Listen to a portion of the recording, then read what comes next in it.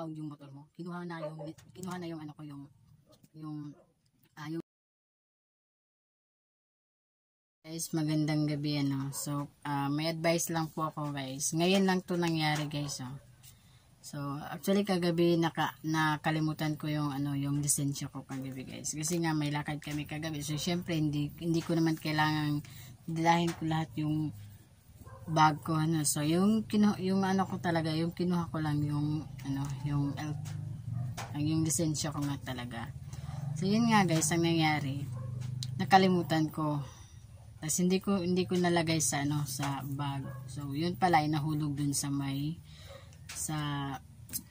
sa kama. So, yun nga guys. So lang ngayong hapon lang guys. May mga LTO. So, syempre ako kampante talaga akong pumarada dun sa tabi. Kasi nga malisensya naman talaga ako So, ang hindi ko lang matandaan na hindi ko pala naibalik dun sa bag o hindi ko nadala. So, yun nga guys, nung pinarada ko na, kampante ako nabigay sa ORCR ko kasi nga mabilis lang naman makuhin kasi nasa U-box lang. Tapos yung lisensya ko, naku po, pagbukas ko talaga dito, talagang kinakabahan ako.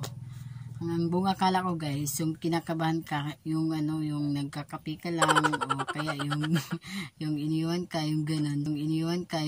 So, syempre, yung nawala pala yung lisensya, isa din pala yun guys. Kasi nga, di ba, biruin mo, i-impound yung motor mo. Kinuha na yung yung susi.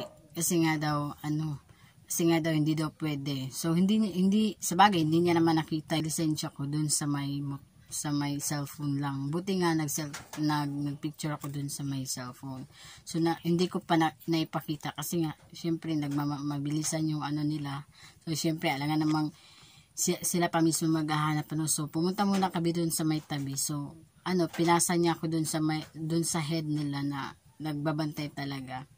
Na sila talaga yung kung pwede ba talaga o hindi, papayagan ka ba talaga nila o hindi. So, shout out nga pala dun sa head nila ng nagbabantay dun sa may EastJet guys. Kasi nga, kinoconsider niya yung lisensya ko. So, nagpapasalamat talaga ako guys kasi nga hindi talaga biro yung ma-impound yung motor mo.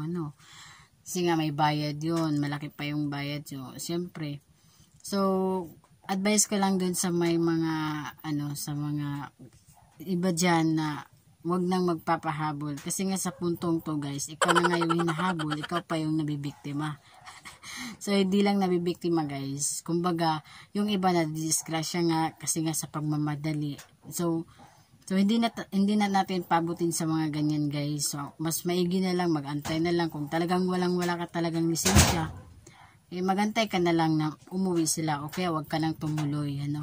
Kasi nga 'di ba, buhay yung nakataya dito pag nagkakaroon ng disgrasya, 'di ba?